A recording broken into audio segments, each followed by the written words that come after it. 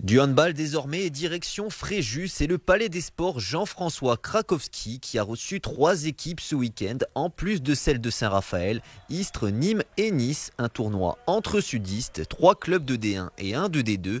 Julie Druot. La 3e place du tournoi du Sud s'est jouée entre Nice et Istres Provence Handball. Une préparation importante pour les joueurs de la capitale azuréenne qui se frottent au club de première division.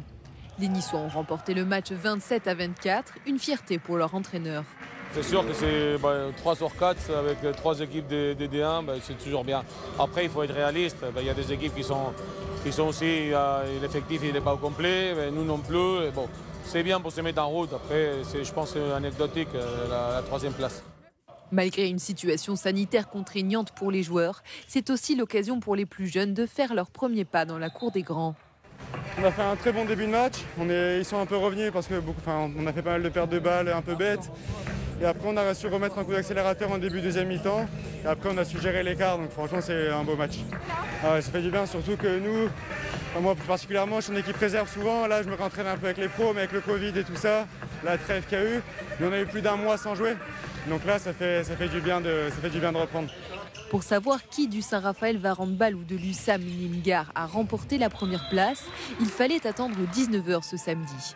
À l'issue d'un match serré, c'est finalement le club hôte de ce tournoi, entre sudistes, qui l'emporte 26-23. Et là aussi, pour leur coach, ces matchs de préparation en plein cœur de la saison hivernale sont primordiaux. Le plus important, c'est de retrouver du rythme.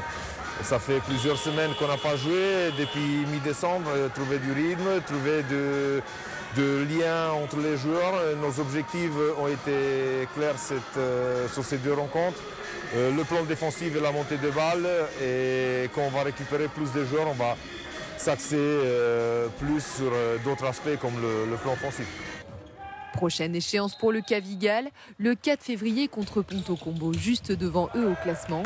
Et pour le Saint-Raphaël Handball, ce sera Nantes, 2e au classement, le 6 février.